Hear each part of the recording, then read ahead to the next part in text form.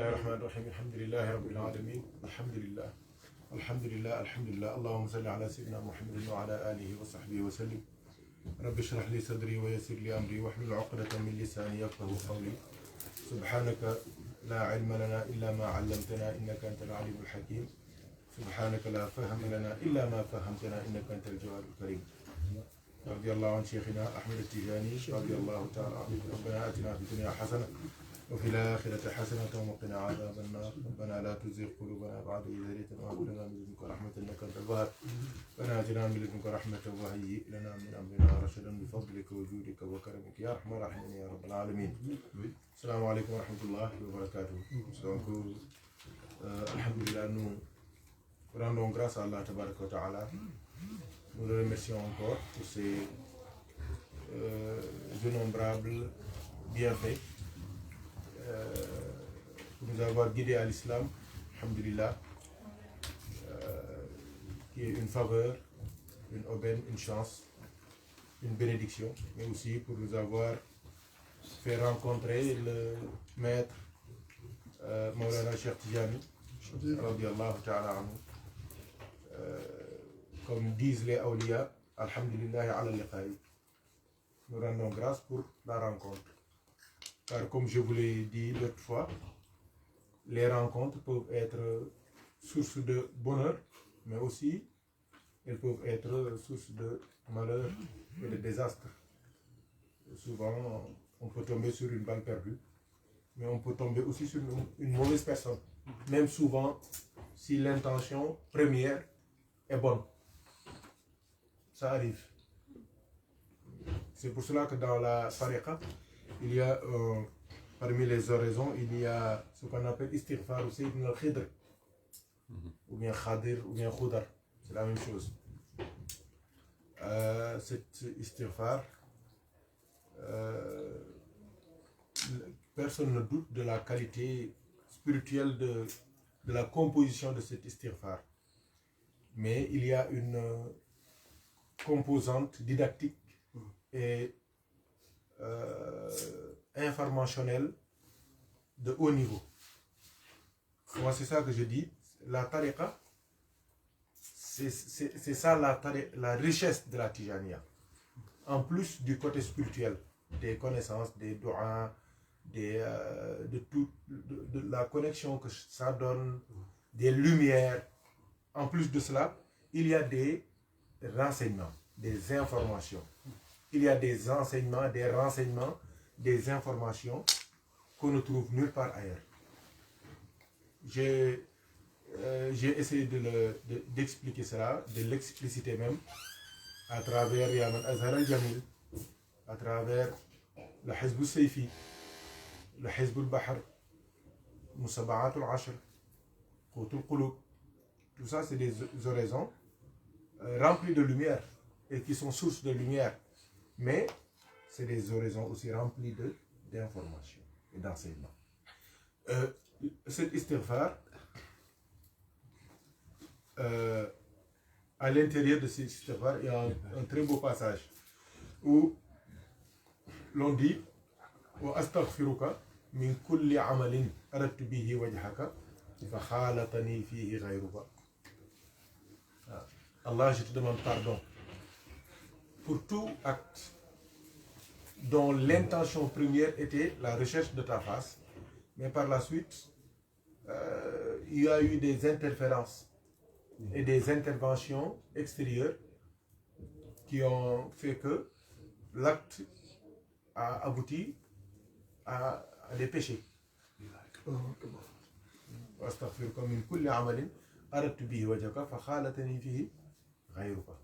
Ça a commencé par Allahumma inni astaghfiruka min kulli dhanbin tubtu ilayka thumma udtu fihi wastaghfiruka min kulli ma wa'adtuka bihi min nafsi thumma lam ufi laka bihi wastaghfiruka min kulli ni'matin an'amta biha alayya fasta'antu biha ou bien dans une autre version fatawaqawaytu biha ala ma'siyatika wastaghfiruka min kulli 'amalin aradtu bihi wajhaka fa khalatani fihi ghayruka wastaghfiruka من كل ذنب أذنبته في ضياء النهار أو سواد الليالي في ملأ أو خلاء سرا أو علانية يا حليم.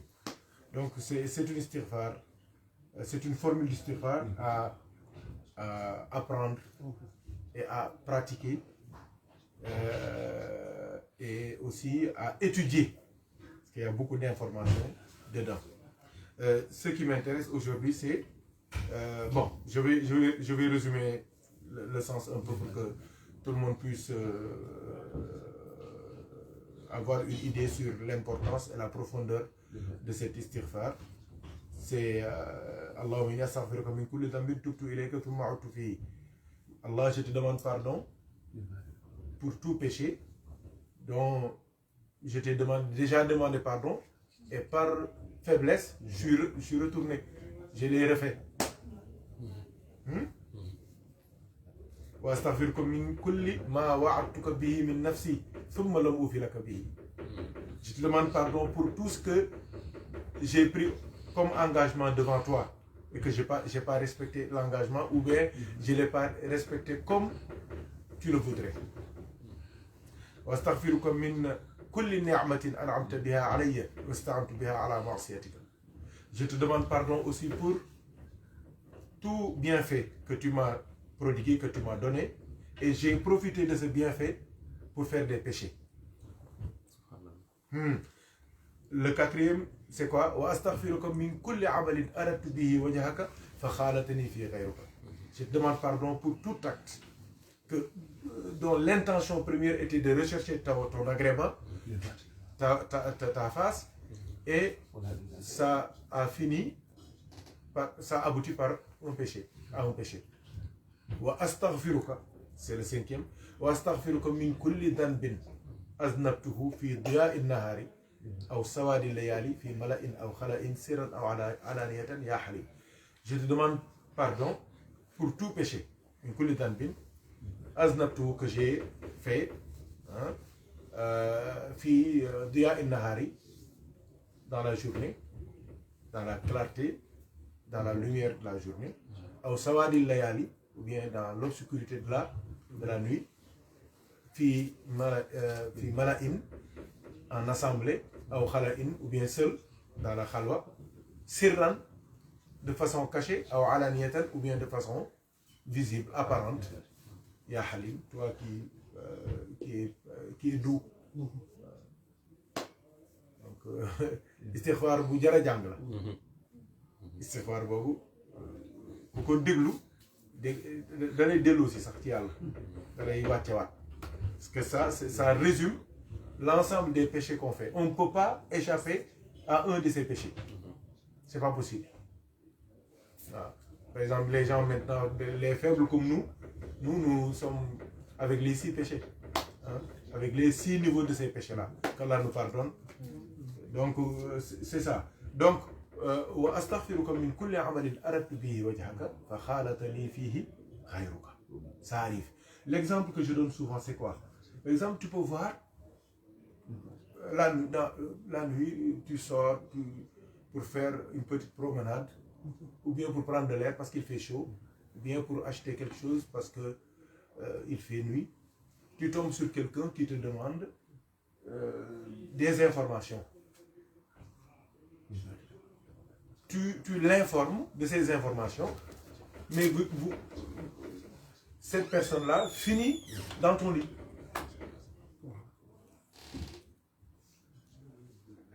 Et pourtant, tu n'étais pas sorti pour ça. Ce n'était pas ton intention. Tu voulais seulement répondre à des questions. Mais ces questions ont donné lieu à des discussions. Ces discussions ont donné lieu à, je ne sais pas, jusqu'à ce que vous alliez rendiez chez vous pour boire du thé peut-être, discuter de quelque chose. Et là, tu te retrouves le matin et tu as vu que tu as dormi avec cette personne-là. Donc l'intention première, ce n'était pas le péché. C'était sorti pour quelque chose de précis. Mais l'homme, il est faible. Il y a le shaitan, il y a les tentations, les pulsions, les mutations, il y a les faiblesses. Donc Allah nous préserve. C'est pour cela que l'islam protège tout. Protège les relations, protège les communications, protège les échanges, protège tout, parce que l'homme est naturellement faible. Ça, c'est ce qu'on appelle les besoins primaires. C'est des besoins naturels.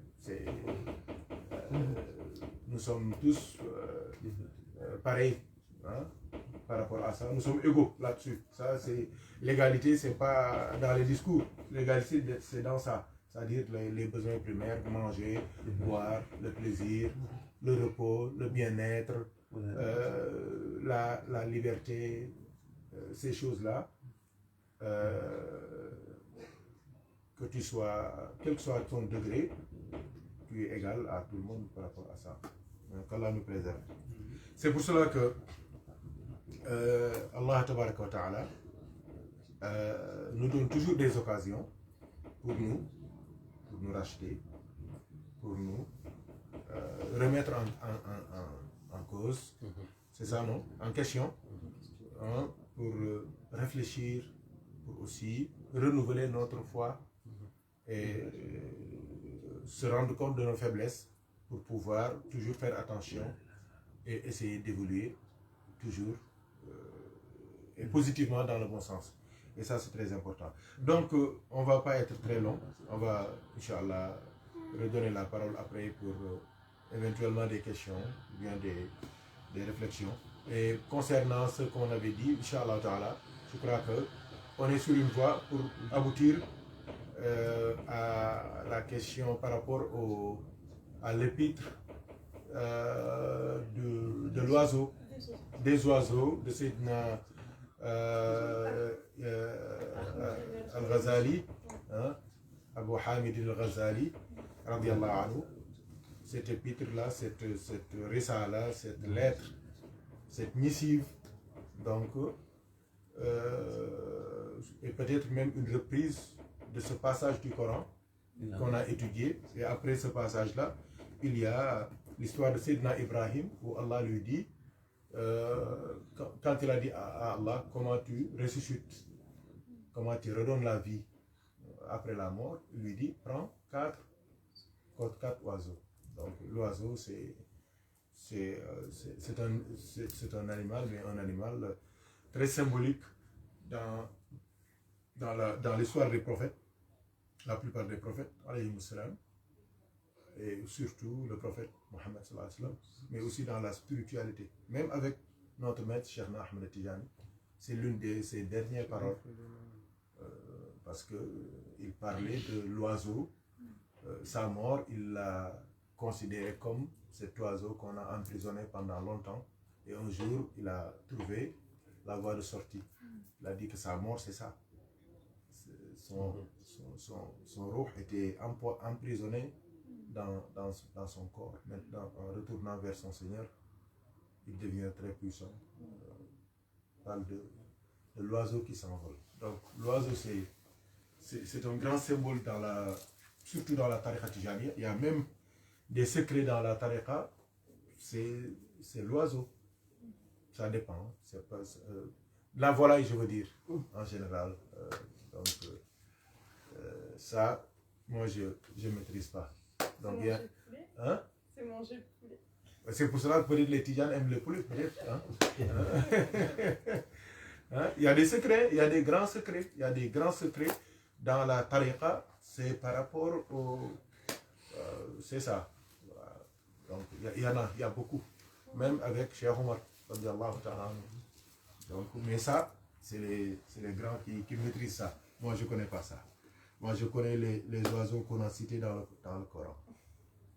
Donc, l'autre fois, on avait vu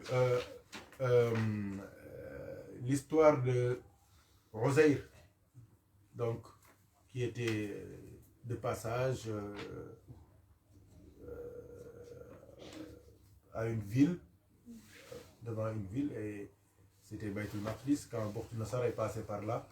Donc il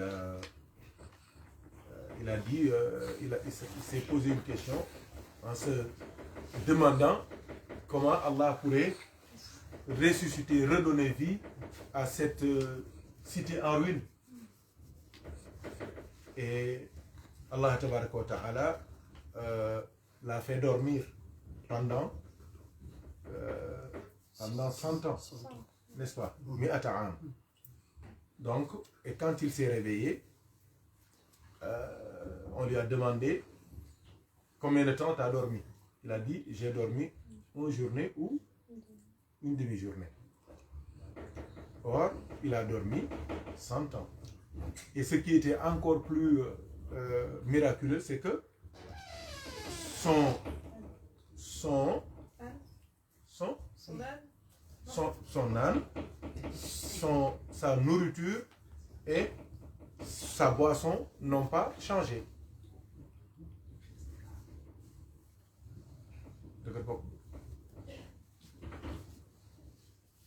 Ils n'ont pas changé. Son âne, sa nourriture, sa nourriture c'était des figues. Ça aussi c'est des allusions. Le figuier, Watini,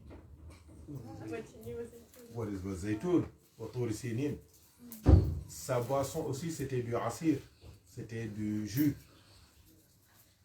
C'était du jus. Ça aussi, c'est des allusions. Le jus, c'est pas des fruits, mais c'est un extrait. C'est un extrait. Hein? Ça aussi, c'est des allusions. Parce que les awliya, leur force, c'est leur capacité d'extraire le jus du Coran et de la Sunna. C'est pas de manger le fruit.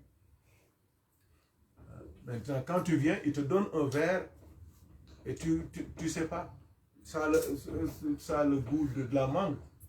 Or, en réalité, c'est de la mangue, c'est une mangue. Mais toi qui ne connais pas le jus de la mangue, tu vas dire, c'est pas de la mangue. Or, lui, il sait que c'est de la mangue. Il sait que ceux qui connaissent la mangue aussi, qui ont assisté à là où il faisait...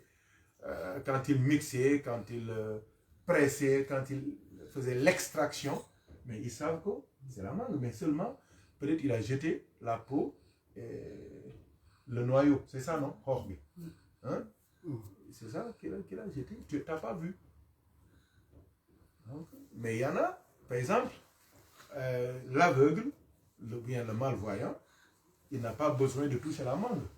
Il connaît le goût de la mangue quand il mange. Quand il boit, il va savoir que c'est...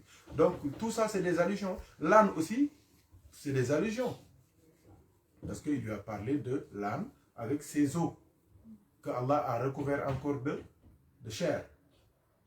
Donc, et la peau est revenue. Hein?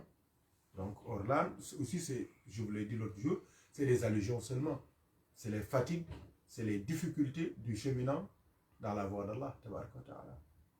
Ce n'est que ça. Et comme je vous l'avais dit, le cheminant doit être comme la montagne dans son engagement et sa résolution, et son engagement. Or, dans la haqiqa, l'homme, ses os, représentent les montagnes pour la terre. Donc ça aussi, c'est des allusions. Donc pour vous dire que le Coran s'est rempli de connaissances comme ça. Donc, je vous avais dit que cette ville qui est morte, c'est en réalité le cœur du cheminant, du disciple. C'est ça. Et les questions qui se posaient, c'est quand tu te dis, ou bien les autres disent, mais celui-là, qui pourra l'aider? Qui pourra le remettre sur le droit chemin? Il fume, il boit, il fornique, il ne prie pas, il ne fait rien. C'est le pire de sa génération. Lui-même, il se pose des questions. Man, kan mo meuna dimbali ci Yalla? Les autres aussi disent, qui kan mo ko wara meuna sauver ci Yalla? C'est la même question que Oser se poser. Et Allah l'a fait dormir pendant 100 ans. Donc, le fait de l'endormir aussi, c'est une technique des soufis. Je vais en parler pour le deuxième point, c'est là que je vais terminer. C'est-à-dire, même le Hajj qui est sanctionné par la Tabaski, le prophète sallallahu alayhi wa sallam, il a dit que personne n'a fait quelque chose de mieux que d'immoler, de faire gicler le sang. Donc, la tabaski, c'est l'immolation. On doit égorger. On doit égorger. Or, cette immolation, en réalité, pour le commun des mortels, c'est le sang. Mais l'immolation, c'est l'immolation de son ego, de son âme, de ses péchés, de ses faiblesses. Tu vois? C'est cette immolation-là à laquelle Allah Ta'ala nous appelle. Sans cette immolation-là, on ne peut jamais accéder au royaume d'Allah Ta'ala. Avec l'immolation des moutons, on peut aller au paradis. Mais c'est avec l'immolation de notre ego qu'on parvient à Allah. Ça, c'est le sens, c'est le vrai sens du Hajj. C'est pour cela que les awliya,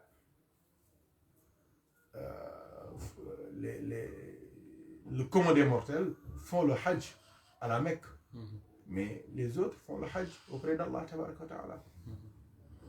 C'est le vrai Hajj. Et c'est pour cela que je vous ai dit que les awliya ont ces techniques-là.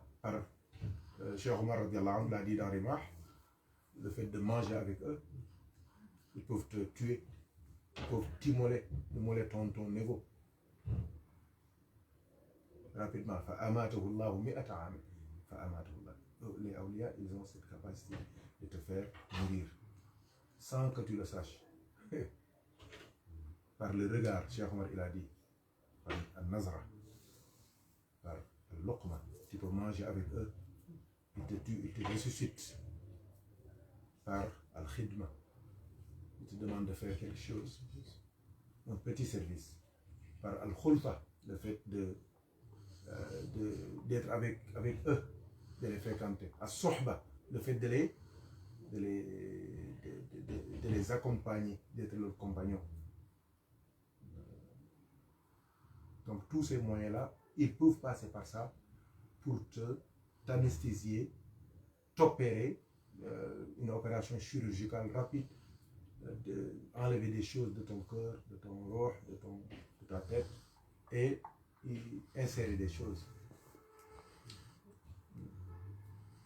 Subhanallah. Il y a beaucoup de gens qui étaient des grands ivrognes, des grands fornicateurs, mais avec une petite parole, une petite rencontre, ils ont trouvé la guidance. Que la guide. C'est pour cela que j'ai dit que c'est le ce sang-là n'est pas fortuit. Ce n'est pas un nombre. Allah pouvait le faire dormir pendant 200, 400 ans, 1150 ans. Mais il l'a fait dormir pendant 100 ans. J'ai dit aux frères, c'est une allusion. Parce que quand tu viens dans la tariqa, c'est pour mourir et revivre en Allah. Mourir en Allah et revivre, ressusciter en le prophète Mohammed sallallahu alayhi wa sallam. Et quand tu viens, le muqaddam, le cheikh, le khalif, Maulana Cheikh Tidiane, il te donne le lazim. Et hors le lazim, tu fais pas 150 astaghfirullah. Tu fais pas 90 astaghfirullah. Tu fais combien d'astaghfirullah, Ousmane? Hein? Tu fais 100. La salat fatih, tu fais combien? Tu fais 100. La ilaha illallah, tu fais combien? Tu fais 100, matin et soir. Tout ça, c'est des allusions d'Allah Ta'ala. Donc les awliya, c'est ça qu'ils font. C'est des extractions spirituelles. Allah, il dit, donc j'ai dit que l'anesthésiste, son rôle n'est pas seulement de te faire dormir. Il te fait dormir, mais il doit aussi te réveiller. C'est pour cela qu'une opération, même si ça dure 150 heures, même si ça dure une journée, l'anesthésiste, il ne rentre chez lui que quand tu es bien réveillé et qu'il te demande ton nom, ta date de naissance, les informations qu'il faut, et qu'il signe, qu'il authentifie bien que tu es bien revenu à la vie. C'est là qu'il peut partir. Mais sinon, il n'a pas le droit de quitter l'hôpital. C'est la même chose pour le cheikh. Le cheikh, en réalité, il doit tuer. Il doit donner la mort à son disciple pour le ressusciter. La mort en Allah et la résurrection en le prophète Mohammed sallallahu alayhi wa sallam. À travers la ilaha illallah, Muhammad Rasulullah. C'est automatique. Mais il ne doit pas aussi te tuer été laissé. Il y a beaucoup de disciples, ils ont été tués en Dieu et ils n'ont pas été ressuscités. Et quand tu es tué en Dieu, sans être ressuscité dans la hadra du prophète, mais tu deviens un rebelle. Parce que dans la hadra d'Allah, il n'y a pas de charia. Il n'y a pas de gauche, ni de droite, ni d'en bas, ni d'en haut. Il n'y a aucune règle là-bas. Il n'y a que Dieu. Il n'y a que du feu. Il n'y a que du feu. Et on ne s'aime pas dans le feu, je le dis souvent. C'est pour cela que quand il te tue avec son anesthésie spirituelle, il doit te ressusciter. Mais le problème, c'est que il y a beaucoup de gens, ils te tuent, au lieu de te ressusciter, ils te laissent pour pouvoir continuer à t'exploiter. Parce que dans cette hadra de mort spirituelle, l'esprit, je veux dire, l'intellect n'agit plus. Al-aql, il est mort. L'aql est mort, il ne peut rien faire. Il n'y a pas de discernement, il n'y a pas de différence. Comme je vous l'ai dit, il n'y a aucune règle. Il n'y a pas d'en haut, ni d'en bas, ni de devant, ni de derrière. Il n'y a que Allah. C'est pour cela que Allah il a dit et quand tu lui as demandé comme l'habite, combien de temps tu es resté, hein? C'est comme s'il lui demandait quelle voie tu as pris pour revenir à moi. Chacun choisit sa voie. Il y en a qui aiment la facilité, la danse, la musique, le bruit, le bling bling. Je parle de la spiritualité. Hein. Il y en a qui ont choisi la voie des grands hommes. C'est pour cela qu'il parle de la bistu yawman ou ba'da yawmin. Donc avec les 100, le lazim était clair. Mais quand il dit yawman, il y a la wazifa. Ou ba'da yawmin, il y a la hadratul juma et les autres azkar.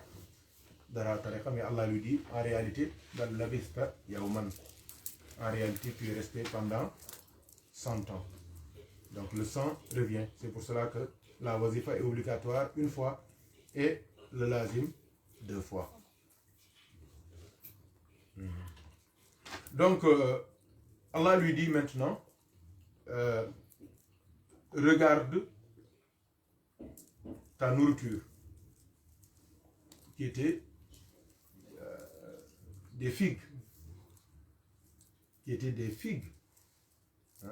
والتين والزيتون وطور سينين وهذا البلد الأمين. Pourquoi Allah a laissé tout pour parler du figuier. Là aussi c'est une grande allusion spirituelle. Et pourquoi celui-là, il avait des figues avec lui. Il pouvait avoir des raisins. Hein? Mais c'est une grande allusion spirituelle. Il lui dit au sharabika, ta boisson. Sa boisson c'était quoi? Du jus. Hein? Une pressade, c'est ça. Donc, j'ai dit que en réalité, cette nourriture, c'est la connaissance, c'est les ulum, c'est les sciences. C'est-à-dire le cheminant ne peut vraiment cheminer sans les sciences. C'est pas possible. Sans les sciences. C'est pas possible. Surtout dans la tariqa tijaniyya, où le maître nous dit si vous entendez quelque chose de moi, Cheikh Tidiane qui parle, il dit balancez-le à la balance, pesez-le à la balance de la charia. Mais pour poser à la balance de la charia, il faut connaître la charia. Donc ça c'est une invite à tous les disciples de la tariqa de savoir, de connaître. C'est pour cela cette tariqa, je dis souvent, c'est la tariqa des ulama, des awliya et des shurafa. Tariqa des savants, tariqa des shurafa, les petits-fils du prophète, sallallahu alayhi wa sallam, les descendants du prophète, et la tariqa des awliya. les saints qu'on croyait, ou bien qui avaient même déclaré qu'ils étaient accomplis, en découvrant la hadra de Cheikh Tidiane, ils savent qu'ils étaient en maternelle, Or, ils avaient déclaré qu'ils étaient des professeurs d'université. Mais en rencontrant Cheikh, en rencontrant les disciples de Cheikh, en discutant avec eux, ils se sont rendus compte qu'ils sont en maternelle. Donc, ils vont sur le champ s'affilier à la Tijaniya, en laissant tous les privilèges qu'ils avaient. Tous les moros, la popularité, la force, le pouvoir, les zawaya qu'ils avaient, tout. Ils laissent tout pour aller s'affilier à Cheikh, à la tariqa. Parce qu'ils savent. Les autres croient que eux, c'est des professeurs. Mais eux, en se frottant à la Tijaniya, ils se sont rendus compte de leur niveau. Ça arrive. Tu veux être le chef partout, mais c'est parce que tu es dans ton coin. Mais quand tu sors, c'est là que c'est ça. C'est là que tu te rends compte de ta capacité, de ta force, de ce que tu as. Tu vois des grands joueurs. Dans certains clubs, ils sont patrons, ils sont chefs. Mais dans certaines compétitions, ils ne peuvent rien faire. Ils ne peuvent rien faire. Parce que les conditions ne sont pas réunies. Tu n'as pas le staff, tu n'as pas l'entraîneur, tu n'as pas les coéquipiers et le soutien du public. Mais ailleurs, tu as ça. Donc tu peux faire des performances que tu ne peux pas faire chez toi, dans d'autres compétitions. C'est la même chose. Nul n'est prophète chez soi. Donc les sciences, c'est très important.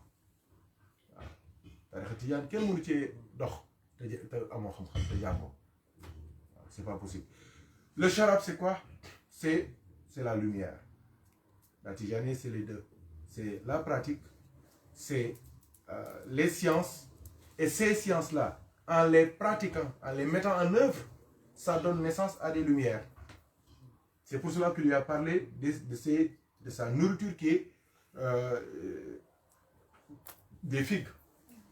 Il lui a parlé de sa boisson qui était du asir.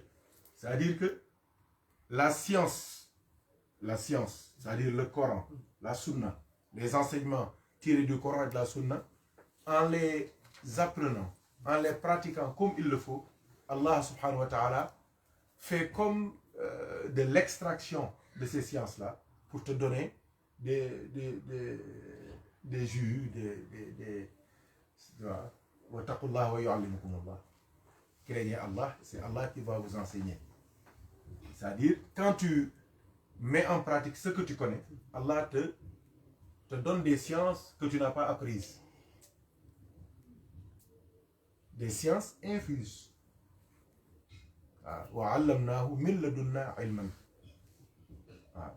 On lui a enseigné, on lui a fait connaître des choses qui proviennent exclusivement et que de nous. Allah ta'ala. Ça arrive. C'est Alimun Ladoni. Donc, wanzur ila himarika. Regarde ton âne. Or, je l'avais dit tout à l'heure même, l'âne, en réalité, c'est toutes les difficultés que les awliya rencontrent dans leur cheminement. Il y a beaucoup de gens maintenant, on les envie même sur le pouvoir qu'ils ont, la science qu'ils ont, l'argent qu'ils ont, la respectabilité qu'ils ont. Mais quand tu rencontres des gens qui connaissent leur histoire, ils te disent que ces gens-là ne mangent pas. Il y a des moments de leur vie, on ne les respecte pas, on les considère même comme des fous, on les traite de mal. Il y en a même qu'on a chassé de leurs habitations, de leur quartier, de leur ville, de leur terroir. Il y en a qu'on a traité de tous les noms d'oiseaux. Il y en a qui ont souffert. Il y en a qui ont été malades. Il y en a qui ont fait le tour de presque du monde entier pour avoir ce qu'ils ont cherché. Mais maintenant, avec la baraka, tout ça, on oublie. C'est ça. C'est pour ça qu'Allah lui demande Wanzur ila himarika. Kaifa nunshiruha thumma naksuha lahman. Comment on l'a ressuscité. C'est-à-dire tes fatigues, tes difficultés. Comment on les a transformées en opportunités pour toi. Tout ce qui te comme dit Souleymane Boiré, qui te comment il dit encore, qui te dérespectait, hein, Ça, c'est pas du français, c'est la Côte d'Ivoire.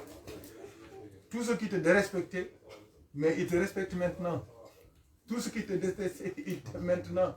Tous ceux qui te déshonoraient, c'est eux qui t'honorent maintenant. Tout ce qui était difficile pour toi, maintenant, c'est rien pour toi. Au contraire, tu ne veux plus même, hein, tu n'arrivais même plus à manger. Maintenant, tu dis non, non, ça suffit. Les gens, tu pouvais rester pendant 1 mois, tu vois personne. Maintenant, tu reçois, jusqu'à ce que tu dis maintenant, je ne peux plus recevoir les gens. Parce que sinon, je n'ai même pas le temps pour faire mes askars, mes prières. Tu vois, c'est le sens de Kayfa nunshiruha thumma naksuha lahman. Donc, on a fait revivre les os et on les a couverts de chair et de peau. Subhanallah. Et c'est aussi les difficultés, les malheurs. Donc il y a certains awliya, quand on te raconte leurs épreuves, tu as envie de pleurer. Il y en a qui sont morts avec la faim. Il y en a qui sont morts en location. Ils avaient toutes les possibilités du monde. Il y en a qui couraient derrière la dépense quotidienne. Et maintenant, il y a tellement la baraka, on n'ose même plus dire ça. Subhanallah. Qu'Allah nous donne une fin heureuse à nous tous, Inch'Allah. Donc Allah il dit walamma tabayyana lahu qala a'lamu anna Allah ala kulli shay'in qadir. Quand tout a été clair pour lui, il a compris la ilaha illallah. Allah ala kulli shay'in qadir. Et regardez bien, il dit a'lam, je sais. Donc la finalité de tout ça, c'est je sais. Et Allah nous avait dit fa'alam annahu la ilaha illallah. Sache, connais. Tu dois connaître. Donc il a fini par connaître. Il a commencé par le doute et a fini par la certitude parfaite. Subhanallah. Allah nous aide et nous assiste. Donc, tout ça, on ne peut pas l'avoir sans difficulté. C'est pas possible. C'est pas possible. Innama al-usri yusra. C'est pour cela que Allah tabaraka wa ta'ala nous dit à propos de Sayyidina Ibrahim alayhi salam. Inch'Allah, on va voir ça peut-être un autre jour. Inch'Allah ta'ala. Allah il dit wa izibtala rabbuka Ibrahim wa izibtala Ibrahim rabbuhu bi kalimatin fa atammahunna qala inni ja'iluka lin-nasi imaman. Donc ces kalimat là, ce sont les commandements d'Allah. Allah lui a demandé beaucoup de choses et Sidna Ibrahim a fait tout ce qu'Allah lui a demandé. Et tout ce que Allah lui a demandé, c'était compliqué, c'était dur, c'était difficile. C'était dur, c'était difficile. Regarde, juste après Ayat al-Kursi, il y a son histoire. Alam tara ila alladhi hajja Ibrahim fi rabbih. Donc, il a eu des gens terribles, des interlocuteurs, des vis-à-vis redoutables, qui ont eu des arguments et des explications très dures. Mais Allah lui a demandé de les affronter. Et il les a affrontés. Lui-même, il a demandé à Allah tabaraka wa ta'ala, pour pouvoir exécuter cela, il lui a demandé la certitude. Donc, pour tout, c'est-à-dire une certitude dans son cœur, c'est réglé, parce que c'est un prophète. Il est né avec la certitude. Mais ça, c'est la certitude des yeux. Il y a certaines choses, c'est seulement pour la beauté, pour le plaisir des yeux. Mais on sait que c'est pour toi, c'est à toi. Mais donc la foi de Sayyidina Ibrahim ne souffrait d'aucune tare, d'aucune Non. Il n'avait pas de problème de foi. Mais il voulait voir avec les yeux de la tête. Et ça, c'est très important. Hein, si les yeux de la tête. Le philosophe est en train de sourire. Il veut petit bopom le bougon gissé. Mais petit xolam gis na. Et Allah lui a dit maintenant, comme tu ne veux plus faire de L1, tu veux être en S2 ou bien en S1, il faut des expériences. C'est ça, non? Il faut des expériences. Maintenant, tu vas au labo. En L1, tu n'as pas besoin de labo. Il n'y a que des cours de Rabelais et de Dubelé. Et des explications à ne pas finir. Donc maintenant, comme tu veux maintenant être un scientifique, va au labo. Allah lui dit, va chercher 4 oiseaux, tu les tues, tu les immoles. Bon, je ne sais pas du tout, tu les immoles, tu prends leur viande, tu mélanges, et tu vas voir cette expérience, qu'est-ce que ça va donner. Donc, Inch'Allah, je ne vais pas anticiper, on va parler de ça pour parler des 4 éléments qu'il a choisis et pourquoi chaque élément.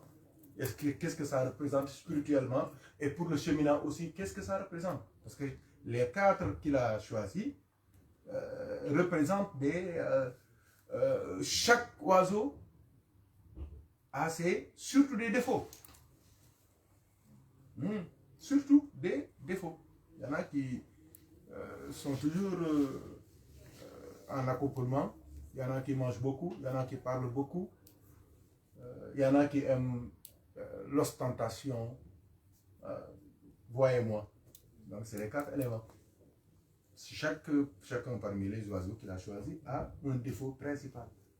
Donc Allah lui a dit, tu les immoles. Hein? En plus, tu les mélanges jusqu'à ce que ce soit une bouillie. On ne peut pas accéder à Allah dans la facilité. Hein? On lui a dit de les massacrer. Sur ton âme là, si tu ne la massacres pas, mais tu n'auras jamais ce que tu veux.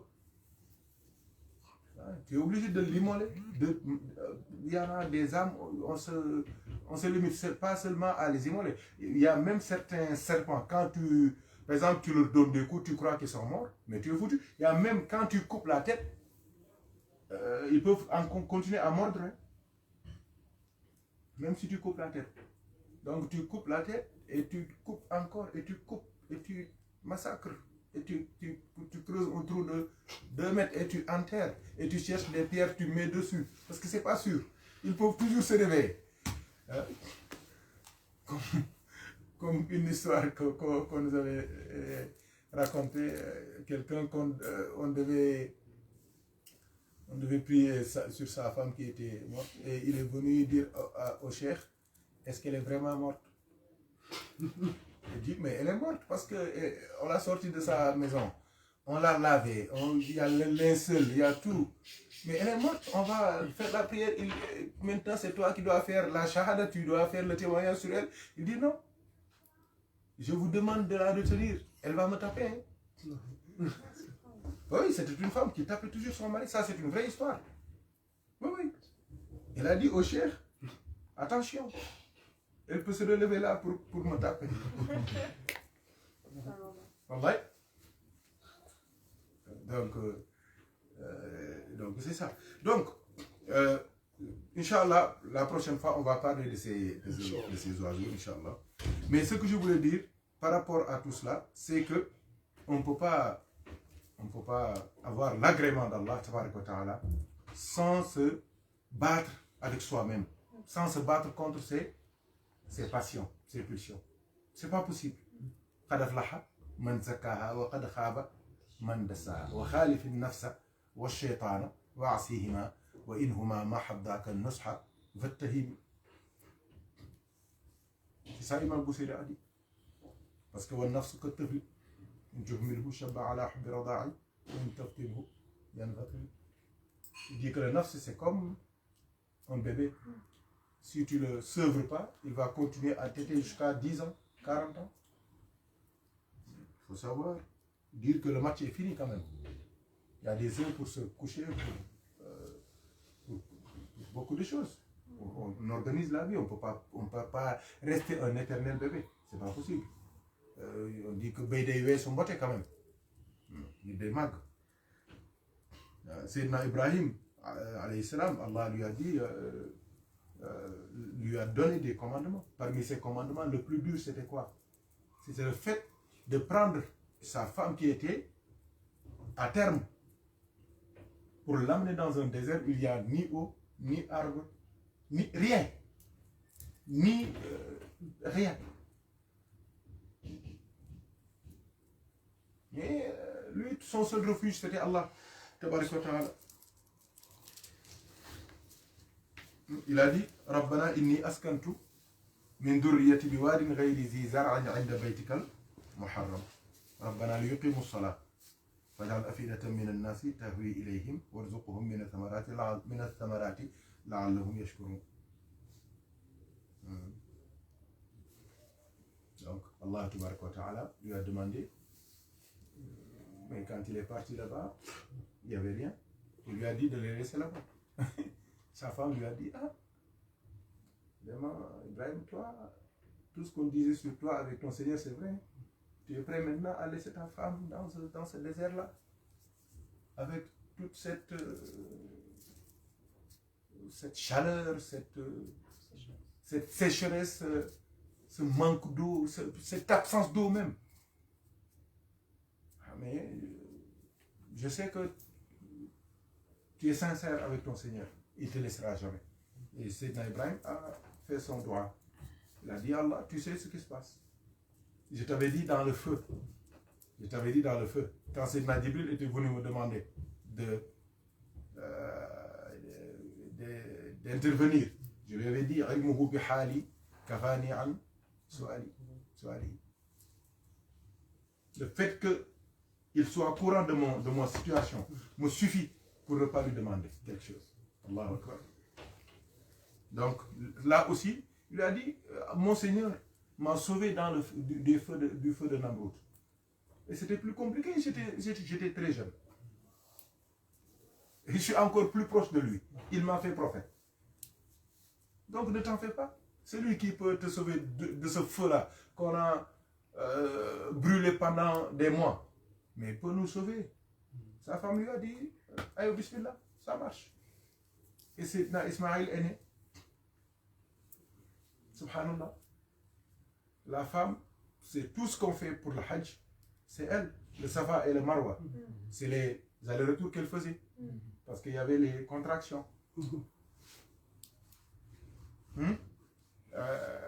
Quand l'enfant est né, il n'y avait pas d'eau. Et l'enfant, en faisant comme tu as fait avec ton pied, Masha'Allah, hein, Allah a fait jaillir le Zamzam. C'est pour cela que quand tu fais ton Hajj, après l'Ihram, Inch'Allah, on va parler de ça la prochaine fois. Quand tu fais l'Ihram, quand tu fais ton Tawaf, après tu vas boire le Zamzam. Ça, c'est dans Ismaël, c'est aussi sa femme. L'eau a jailli. Et elle disait à l'eau, Zamzam, c'est-à-dire doucement, doucement. Ça veut dire Zamzam veut dire doucement. Oui, oui. Zamzam, doucement, doucement.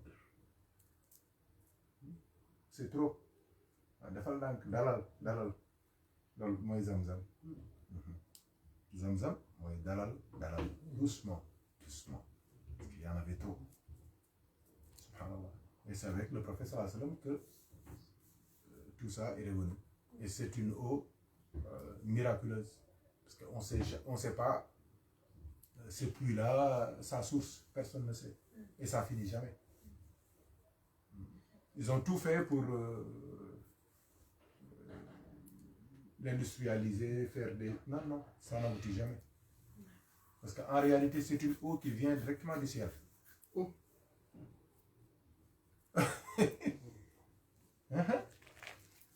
Mais Allah, il fait ce qu'il veut. Alam ta'lam anna Allah ala kulli shay'in qadir. Puis alamu anna Allah ala kulli shay'in qadir.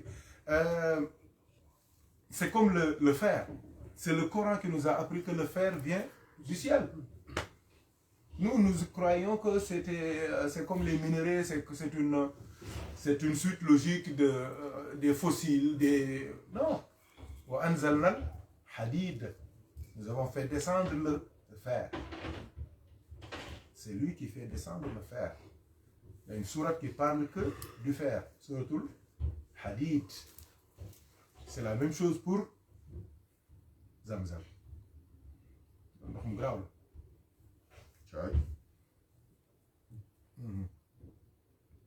Donc, ce qui est important, c'est que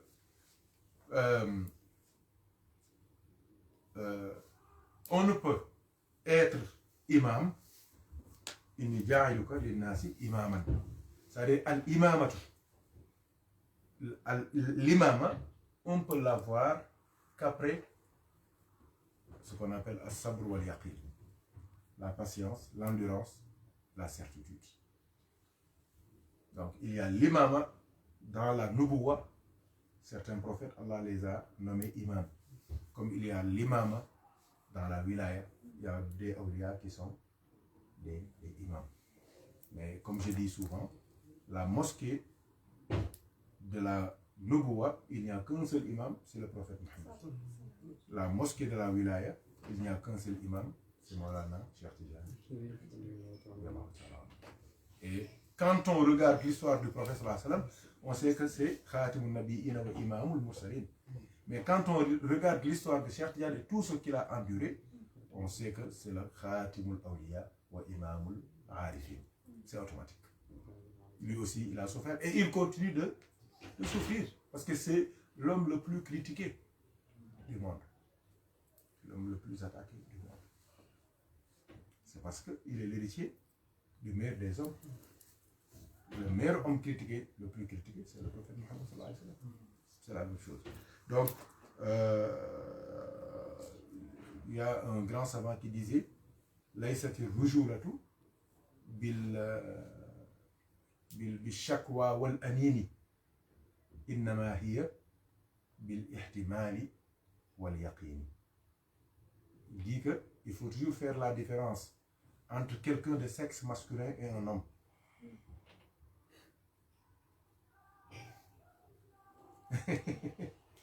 Ousmane, t'as entendu? Ah, Cheikh Tidjani. Pas la même chose, hein? Quelqu'un de sexe masculin, c'est dans les papiers. Mais un homme, taxawaay la. C'est pas la même chose. Il dit qu'un vrai homme, c'est pas dans les pleurs ou bien dans les plaintes et les complaintes, mais c'est dans l'endurance, dans le fait de supporter. C'est ça. C'est les grands hommes. Subhanallah. En étudiant leur histoire, tu te rends compte que vraiment, c'est des vrais hommes. Wallahi, et góor lañu. waaw parce que tamit ñu war a góorgóorlu.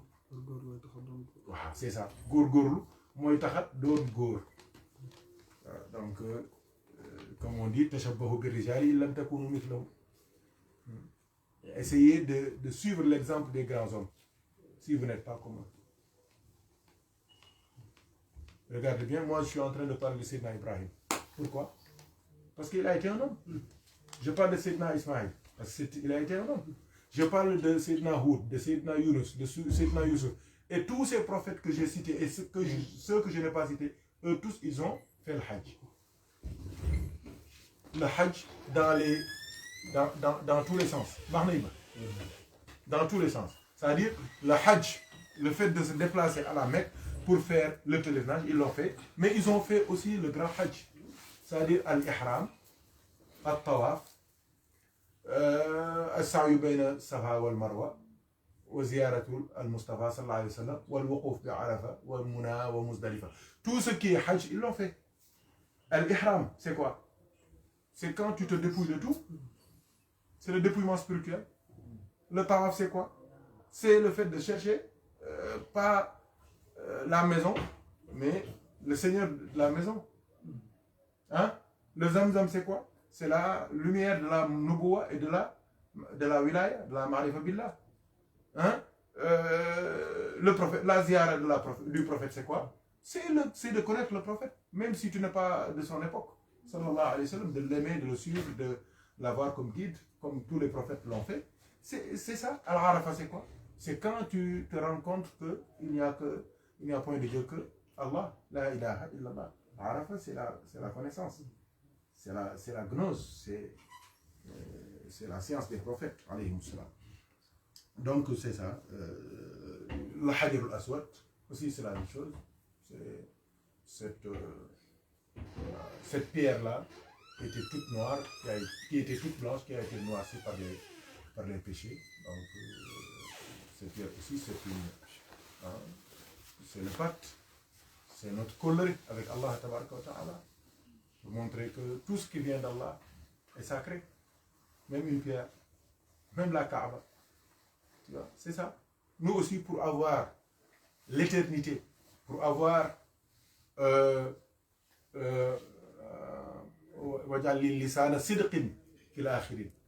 prophète demandait à Allah tabaraka wa ta'ala d'être cité dans les annales de l'histoire positivement. Nous tous on doit chercher ça. Moi je le dis souvent, soit tu le fais toi-même parce que tu as les moyens, tu as les capacités, tu as l'autorisation. Si tu ne le fais pas aussi, cherche quelqu'un qui a ça et tu t'immisces, tu te mets dans son histoire. Tu vois ce que je veux dire? Et tu as la même récompense que lui. Soit yow la wala nga seet ku yàlla jox ndigal nga dem ànd ak moom jàppale ko ci mission. Soo ko defee du ëllëgee sa tur du fay. Personne ne t'oubliera. L'histoire ne va pas t'oublier. On continuera à parler de toi. Dans le barzakh, tous les hommes de Sayyidina Adam jusqu'à ta mort, le jour où tu vas mourir, tous les gens de barzakh vont parler de toi. Ils vont dire, nous avons quelqu'un qui vient. Il a fait quelque chose sur terre. Qu'est-ce que tu as bâti? Qu'est-ce que tu as laissé? Qu'est-ce que tu as fait? Hein? Le jour du jugement dernier aussi, Allah parlera de toi devant toutes les créatures. Devant les anges, devant les djinns, devant toutes les créatures. Les jarnolek, les morgas ils sont des, ils y ont du yoy. Lisana sidqin fil akhirin. C'est ça qu'on cherche, fil akhirin. C'est ça qu'on cherche. C'est important. إنما المرء حديث بعده فكن حديثا حسنا لمن وعى. L'homme n'est qu'une histoire qu'on va raconter après sa mort. Donc, fais des efforts pour être une belle histoire. Mon grand-père, il disait, nit ku nekk julli nga. Soit dans les yeru rek ba ñu gëral la. Et que chaque homme, c'est une prière. Soit on te fait à haute voix, ou bien on te fait à basse voix. Il dit que tu dois faire des efforts pour que quand on te prie à haute voix, que ça soit bon. Quand on te prie à basse voix aussi, que tu sois bon. C'est ça qui est important.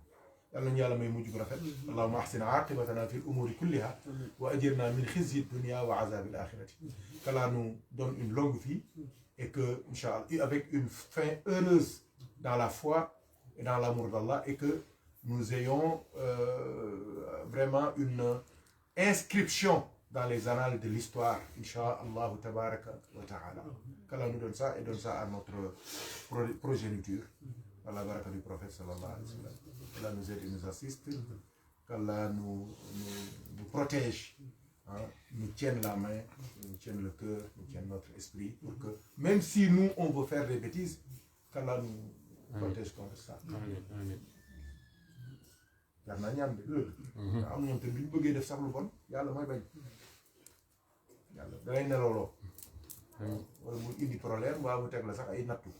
Fekk day bañ rek nga juum. Doo comprendre nag. Loolu yëpp ndimbalu yàlla la. Am nañu yàlla boole dimbali. Donc Inch'Allah, prochaine fois on va parler du Hajj.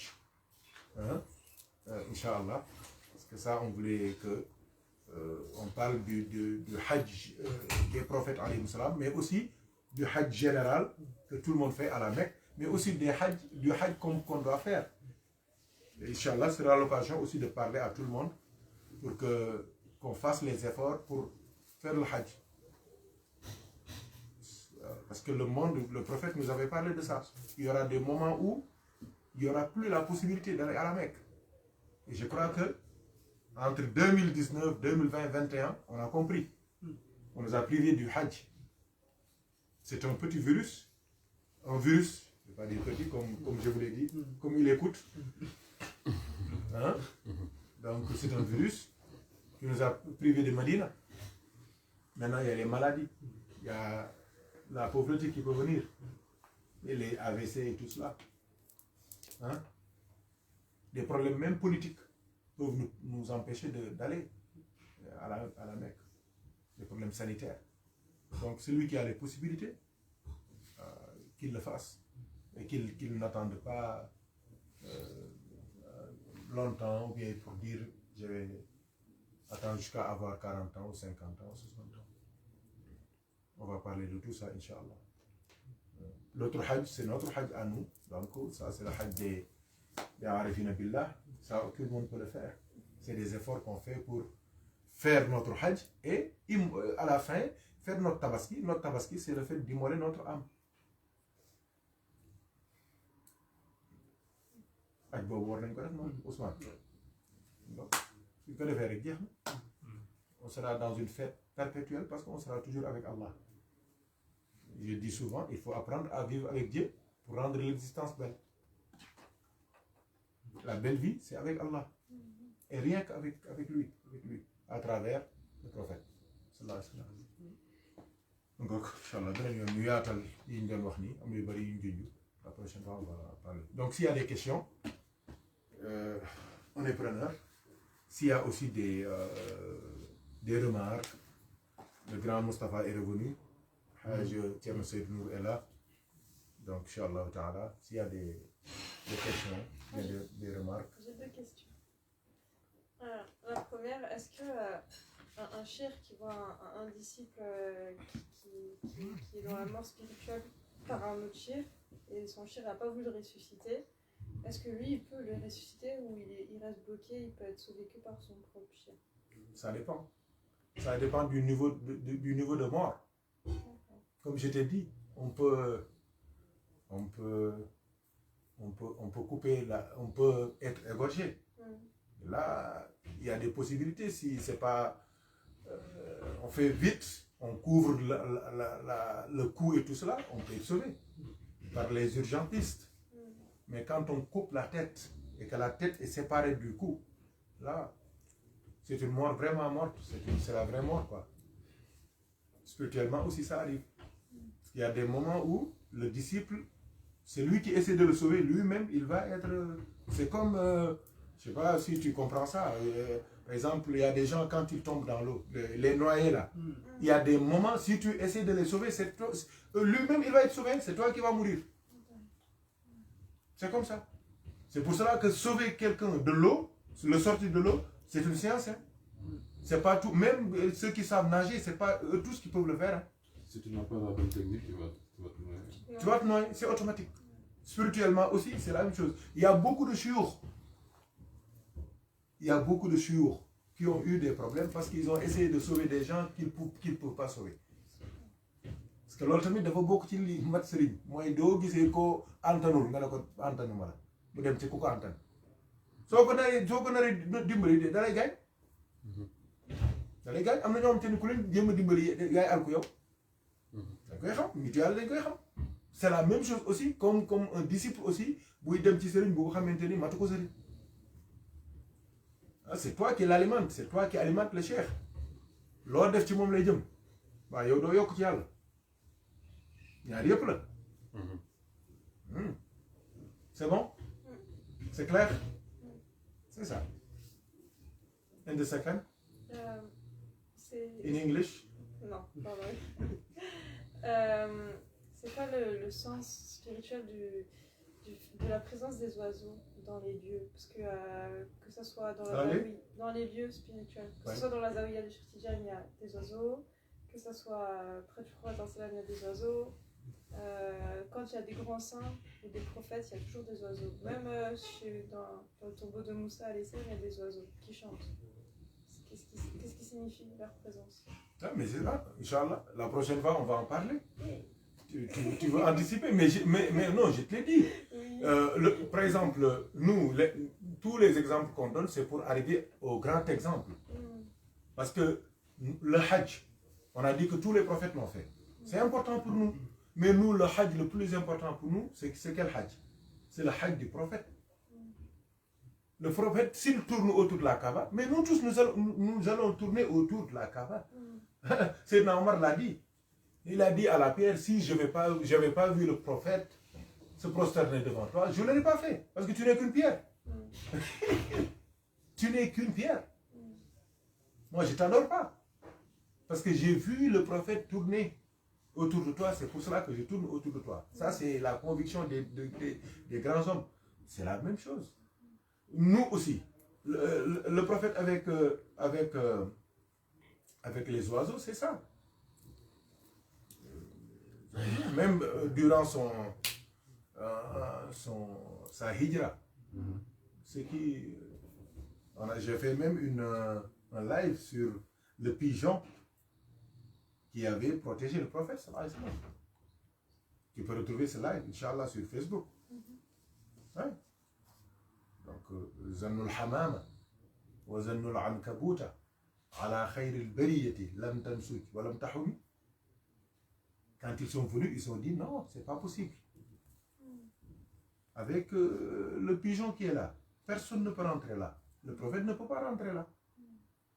Avec l'araignée qui a fait sa toile là, personne ne peut rentrer là. Parce que s'il y avait quelqu'un qui était rentré, il aurait massacré les œufs de ce pigeon. Hein? S'il y avait aussi quelqu'un qui était rentré, il aurait enlevé la toile d'araignée. Or, ça c'est une protection divine. Inch'Allah, ça aussi c'est des allusions spirituelles. Le pigeon, c'est pas un pigeon, c'est pas seulement le pigeon. Le fait qu'avec ces œufs-là, c'est une allusion spirituelle. La toile d'araignée. Et le Coran nous dit Inna ahwan al-buyuti la baytul ankabut. Le Coran nous parle de la légèreté, de la perméabilité de la toile d'araignée. Or, l'histoire nous a montré que c'est une allusion spirituelle. Car parmi les éléments les plus durs au monde, il y a la toile d'araignée. Même un avion en vitesse de croisière ne peut pas percer la toile d'araignée. C'est des allusions spirituelles. C'est la même chose. Hein? Donc, et c'est pas seulement cette histoire-là, il y en a beaucoup d'autres. Même les anges, comme on parle de leur... ils ont quoi? Ou les ajnihatin masna. Les anges, il y en a qui ont deux ailes, il y en a trois, il y en a qui ont des multitudes, des ailes illimitées. Or, les ailes qui ont des ailes sur terre, c'est les oiseaux. Donc les anges, c'est ça. Les plus grandes distances sur terre sont parcourues par quoi? Par les fusées et les avions. Or, les avions et les fusées, c'est comme des... Tout ce que l'oiseau, il a, les avions, non. Les ailes, la forme aérodynamique, le kérosène, tu vois, tout. Et les oiseaux sont aussi les dangers les plus redoutables des avions. C'est pas pour rien. C'est quand tu vas à Orly, il y a des gens qui ont des très bons salaires. Leur travail, c'est quoi? C'est de chasser les oiseaux. Pas autre chose. Ils ont de très bons salaires. Ils se lèvent pour donner des coups comme ça pour que les oiseaux s'éloignent de la piste d'atterrissage. Parce qu'un petit groupe peut détruire des moteurs qui coûtent des millions. Donc tout ça, on peut en parler. Les avions même sont inspirés des oiseaux. C'est ça. C'est une inspiration. On dit que ça signifie appareil volant imitant l'oiseau naturel. Tu vois. Avion. Avion. Tu vois. C'est le grand professeur qui parle. Hein? Donc c'est ça. Avec l'histoire des grands hommes de Cheikh Tidiane, c'est la même chose. Je vous ai parlé de ces dernières paroles sur terre. Il parlait de l'oiseau. à la Zawiya, le Fajr, c'est les oiseaux qui ouvrent la Zawiya. Ah, ça, tout le monde le sait. Et ils sont même dans la Rawda de Cheikh. Et ils ont des heures spéciales à laquelle elles viennent. Elles viennent même souvent pour... C'est comme s'ils nettoient la Zawiya. Parce que tout ce qu'on trouve là-bas, comme ils prennent, ils s'envolent avec. Donc, même cette année, quand je suis parti, il y a un frère, il a un grand dévoilement, il m'a parlé de ces oiseaux. Il m'a dit que ce n'est pas des oiseaux. Il connaît même leur nom. Wallahi. Il connaît même leur nom. Et les heures à laquelle ils viennent. Leur arrivée toujours coïncide avec l'arrivée de Cheikh Tidiane dans la Rawda. Moi, ça, je ne connais pas. Hein. C'est l'autre là qui connaît ça. C'est lui qui me l'a dit. Donc, c'est ça. Et quand tu écoutes ceux qui connaissent l'histoire de Cheikh Omar aussi, nous, on connaît ce qui est connu, c'est son... Il avait un compagnon, mais il y en a d'autres qui disent qu'il avait un autre compagnon aussi, qui n'est pas sur terre, mais dans les airs. Et qu'est-ce qui est dans les airs? Qui est dans les airs? Qu'est-ce qui doit être dans les airs? C'est les oiseaux. Donc, je m'en limite à ça. Le reste, Ousmane va nous aider, Inch'Allah. Hein? Tous les autres awliya aussi, même dans leurs écritures, ils parlent toujours de l'oiseau. Le khilas commence par les pleurs de l'oiseau. Hadil, c'est Hadil, non? C'est ça. Oui. Tous les awliya, ils parlent des oiseaux. Il y en a,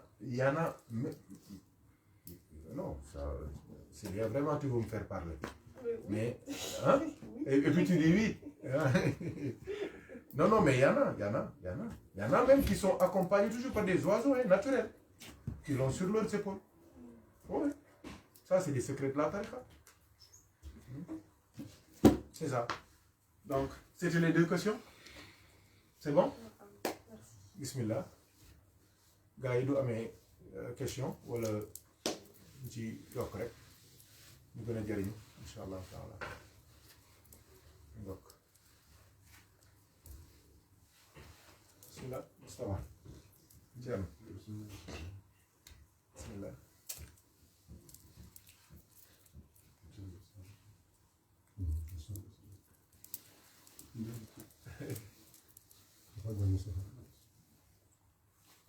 ah ñoom ñu ci dolli seen macha allah ñu fi indi yëpp matériel la macha allah et ça a été très bien détaillé macha allah yal na yàlla barkeel. amiin xam-xam bi. Allah waaw ma ñu tamit dégg tamit wax neex na dégg dàq tamit yal na yàlla dégg tamit. amiin Allah waaw yàlla dégg na ñëpp waaye dégluwul ñëpp.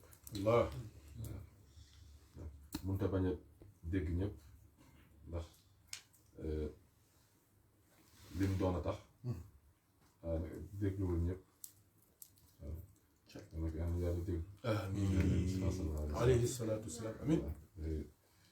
misaal yi ci oiseau boo xool oiseau rek doy na kéemaan.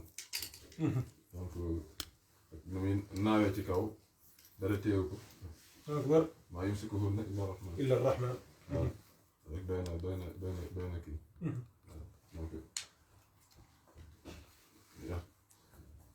fépp yàllaa fi nekk rek. waaw donc macha allah exemple yi fi indi rek yëpp oiseau ci même su ma juumul déluge bi. pour ñu xool ni am na oiseau bu la survolé ba mu demee ba indi kii for bant suñu juumul ñëw ñu xam ni am na fu ma teere daal. subhanallah. waaw waaw jërëjëf. donc suñu juumul tamit donc loolu oiseau tamit joué na ci voilà dëgg la donc même kii même hudhud hudhud waaw hudhud waaw tout le monde waaw donc si waaw Souleymane voilà donc yëpp kanati la ban yonent moo doon ñaan yàlla que laaj yàlla naka lay dekkalee waaw Seydina Ibrahim Ibrahima waaw naa ko montagne bi waaw mu jël picc yi wàjj leen fu nekk montagne bu nekk mu kii fa donc loolu yëpp si kii ci animaux yi la waaw si animaux yi waaw ci oiseaux yi dëgg la donc yooyu yëpp donc nekk na loo xam te ni bëri na si signe de liberté la bëri na dina kii itam xam-xam am na benn nitu yàlla boo xam te ni ma ab da ko doon misaal da ko doon nettali àndoon ak ay nitam ñu gis benn waay boo xamante ni bon mu ngi ànd ak mbooloo bi yëpp mais mu am xeebeel bu mu xeebee benn nit yàlla wala benn mën na ni benn mbindeef yàlla rek waaw waaye moom naan waa ji kenn sama mbooloo bi rek maanaam mun na wecc ay kiyam maanaam moo ko gën a fort daal moom jëm ko natt ci boppam sax waaye ci taali bi dafa doon jéem a natt waaw mais fu muy waxee loolu nag xam-xam bi muy jënd mu ngi ko sentir ni njanaaw di jënd ci dënn bi walla rocc allahu akbar donc loolu yëpp oiseau da koy misaal voilà donc oiseau bëri na kii incha allah xam naa boo ñëwaatee tam di nga gën a yow kay est-ce que du mën a jox ko jox rek benn yoon non macha allah boo jëlee temps kii li nga ci wax rek doy na misaal ndeysaan macha allah waaye yooyu yëpp ay piste ay junj la waaw oiseau bëri na daal si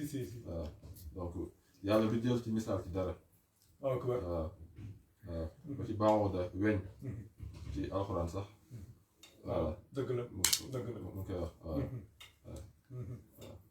ne la yastaxyi yadribu mathalan voilà donc lu mu jël rek am na lu tax donc incha allah xam naa boo ñëwaatee gën ñu ci baaxee ndeysaan incha allah yàlla yàlla barke amiin alhamdulillah Thierno ñaan rek moo des ñaan rek moo des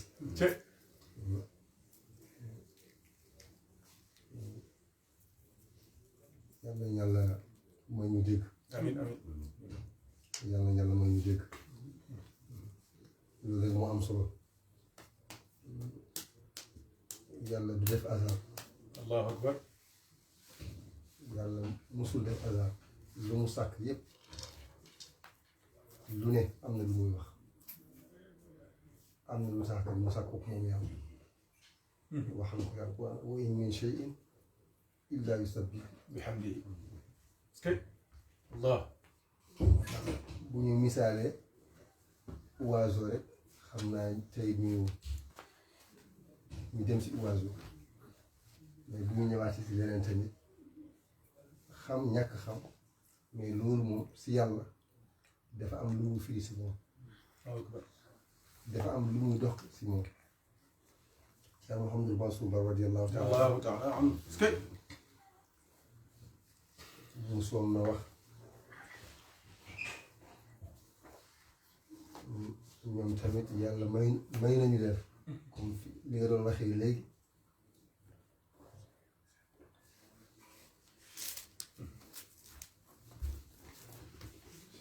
ñu nga doon waxee léegi nekk góor juddu góor ak nekk góor waaw dañ baal ma si wolof yi dëgg la ñoom bu ñu waxee rijaal rek du zakar allahu akbar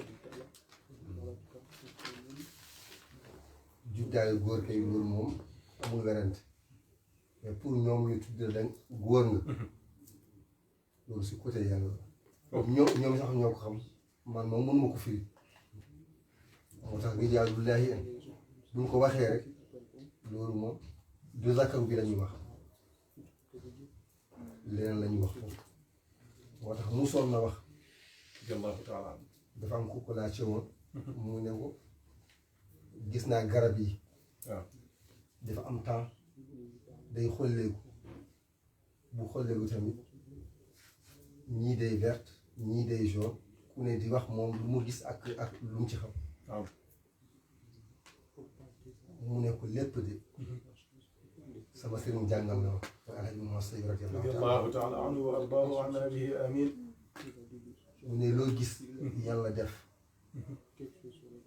nga xam nga ñàkk xam loolu daa am lu mu représenté si yàlla si àdduna bi allahu akbar. moom tamit ñii la wax bu doon bu ma waxee ñu war a déglu ñoom ñoo koy déglu njëriñoo ma wax ko fii xam naa xëy na yéen yittee leen déglu bi mais xam naa du yem si yéen lu tax duñu wax nag daa am ñoo xam ne buñ ko déggee duñu mus a xam duñu mus a comment dire comprendre lu ñuy wax te loolu tamit musiba la si ñoom dëgg la dañ koy weddi. dëgg la musiba la si ñoom dëgg la wér na dëgg la. mu ne ku yàlla baaxal nag jaarale ko si rijaalullaahi dina xam loolu yëpp dafa am lu muy firi ak lu muy junj allahu akbar. oh moo tax nag pour ñun moom waxuñu incha allah darsu bi kum ni mu waxee rek yàlla may ñu déggin bi ku am nopp rek bu ñu waxee moom bu la intéressé bu la intéressé moom da ngay entendre nag ak nit ki déggu si moom bokkul daal dëgg la dëgg la bu amul xel sax boo waxee dara day déglu xëy na sax bruit bi yóbbu ko mu dem mais mu yeew mu doon xale boo waxee fii rek mun na yow déglu na est-ce que comprendre nga li nga wax foofu mooy problème c'est autre chose. ñun lu ñuy ñaan rek yàlla na yàlla may ñu déggin amin amin ya rabbi. dégguñ nag bu jógee si yàlla boo xam ne ñuy wax si yàlla nga bañ a seet kuy wax boobu bu jógee si yàlla mun na yow àgg si yow boobaam foofu nga mën a njëriñoo allahu akbar. allahu akbar.